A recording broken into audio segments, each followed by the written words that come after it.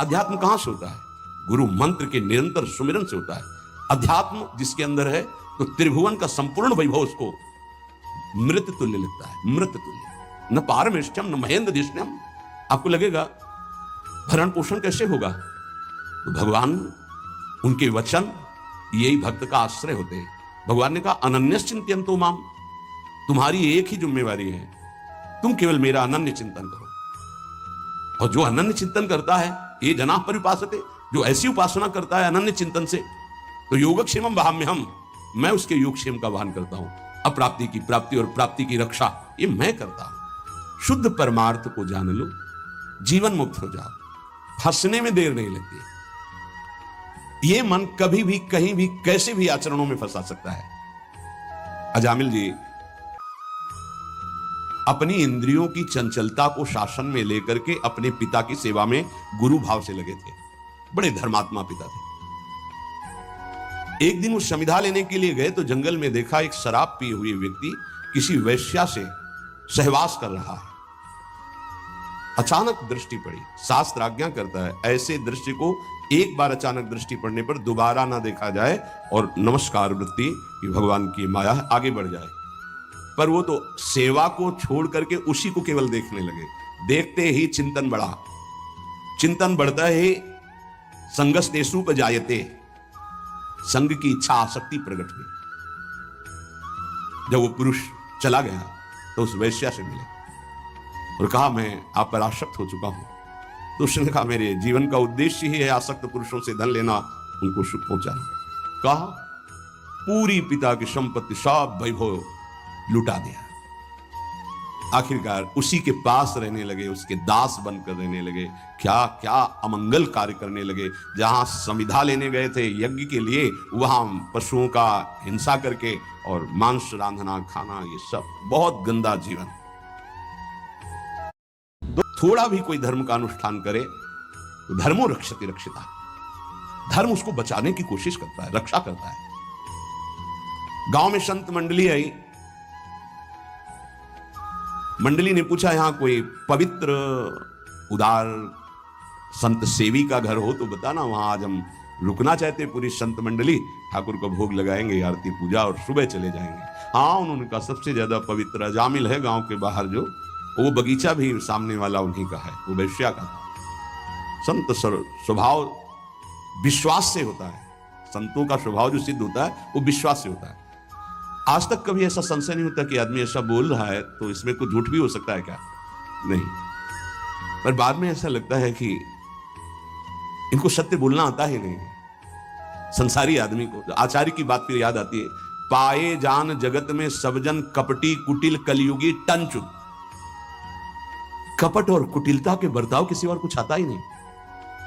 कई बार सत्संग में प्रार्थना की कि एक जगह ऐसी रखो जहां झूठ मत बोलो, कपट मत करो। गुरु दरबार, दंड दो या पुरस्कार दो, आपके हैं, गलत हैं या सही हैं आपके सामने है।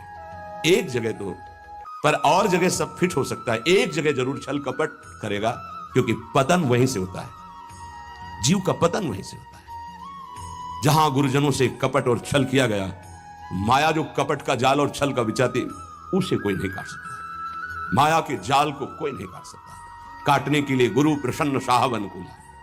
जैसे हमसे बोला जाता है, संतों से बोला जाता है, अक्षरशः लगता है सत्य बोल रहा है, संशय ही नहीं, क्योंकि विश्वास की धरा से ही चला जाता है, विश्वास ही होता है। तो संत जनों ने जाके वहां डेरा लगा दिया। ठाकुर जी विराजमान के आरती पूजा शुरू, इतने में देखा एक मलिन वस्त्र पहने और एक हिरन कांधे पे टांगे, अस्त्र ली हुई। अजामिल ने जे ही संतों को देखा तो संत दृश्य जी में पातक टरे, हृदय एकदम आर्त भाव से रो पड़ा और याद आई वो बात कि जब मैं जवान था तो कैसे धर्म का अनुष्ठान करता था, कैसे मैं पिता की आज्ञा से भगवत आराधना में, हाय मेरा जीवन किस तरह नष्ट हो गया। नजदीक गया, साष्टांग दंडवत। देखते ही संतों ने समझ लिया। उन्होंने कहा भाई ये बगीचा आपका है? बोल भी नहीं पा रहे, बस इशारा किया। हाँ बोले, बताया गया था कि गांव के बाहर एक ब्राह्मण है, बड़े पवित्र हैं, तो आपका ही नाम अजामिल है। बोले प्रभु ये तो आपके साथ उपहास किया गया है, मैं पवित्र नहीं, बहुत नीच पापी हूं। ऐसा धर्म का त्याग करके पापाचरण में वैश्या के मल जैसे अन्न से उदर पोषण करता हूं, ये देख रहे हो आपके साथ। मेरे जैसा पातकी भ्रष्ट कोई नहीं होगा। ये तो आपके साथ उपहास किया गया। उनका भाई अब रात्रि में तो ठाकुर जी नहीं हटाएंगे, यही विराजमान करेंगे, पर आपका कुछ पाएंगे भी नहीं। तो चरणों में लौट गया, महाराज क्या अब भी मेरा उद्धार हो सकता है? हाँ, आखिरी श्वास तक जीव को भगवत प्राप्ति का अवसर दिया जाता है। एक उपाय है, मैं देख रहा हूं तुम्हारे द्वारा वैश्या से एक अभी पुत्र होगा, तुम उसका नाम नारायण रख देना। बस अब आप यहां से जाएं, हमारी ठाकुर सेवा है, हम सब संत अपने नाम कीर्तन पाठ और ध्यान आदि, आप जाएं, आपका मंगल होगा। समय आने पर बालक हुआ, वो उससे अत्यंत आसक्ति हो गई। जरा सी इंद्रियों की छूट दी तो एक संयमी ब्रह्मचारी नियमनिष्ठ ऐसे भ्रष्ट आचरणों में फंस गया। पिता ने फिर ब्याह भी करवाया था, पर दृष्टि जहां फंस गई फंस गई। कुसंग हुआ तो जीवन बर्बाद हो गया, और सत्संग हुआ तो देखो कैसे परम पद मिलता है। अब तो उसी छोटे पुत्र को गोद में लेके घूमना, उसी से प्यार, उसी से दुलार। उसको क्या पता कि एक भयावह समय होता है जिसका नाम मृत्यु है। वो कभी भी किसी पर आक्रमण कर सकती है। और जब यहां से जाओगे ना, तो कुछ भी तुम्हारे साथ नहीं, तुम्हारा किया हुआ धर्म और अधर्म ये दोनों तुम्हारे साथ जाएंगे, जिसे शुभ और अशुभ कर्म कहते हैं। अचानक उसको दिखाई दिया दो भयंकर यमदूत, कांपने लगा। यमदूतों की दृष्टि मात्र से उसके मलमूत्र छूट गए, इतने भयानक। और उसकी आसक्ति अपने पुत्र पे थी, तो ऐसा लगा कि मैं आखिरी में एक बार अपने पुत्र को बुला के देख लूं। बुलाया, नारायण, बस मंगल हो गया।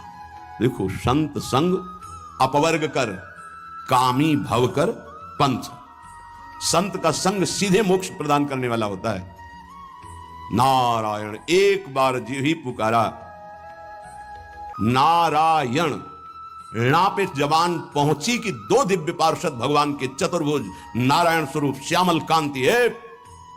देखिए, जिन लोग है पापियों को दंड देकर महाराज दंड पानी, यमराज की आज्ञा के अनुसार इनको नरक ले जाना। यमदूत भगवान के पार्षदों से सब बोले। पार्षदों ने हंसकर गंभीर वाणी में कहा, यमदूतो, यूयम वै धर्मराजस्य यदि निर्देश कारिणः ब्रूत धर्मस्य नस्तत्वम यच्च धर्मस्य लक्षणम। तुम लोग सचमुच धर्मराज के पार्षद हो, आज्ञाकारी हो? बताओ, धर्म का लक्षण क्या है? धर्म किसे कहते हैं?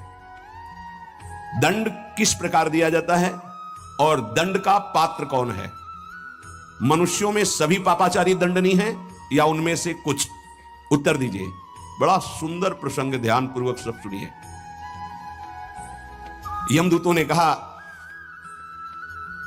मेरे महाभागवत स्वामी भगवान धर्मराज हम सबको परिपक्व शिक्षा दिए हुए हैं। ऐसा नहीं है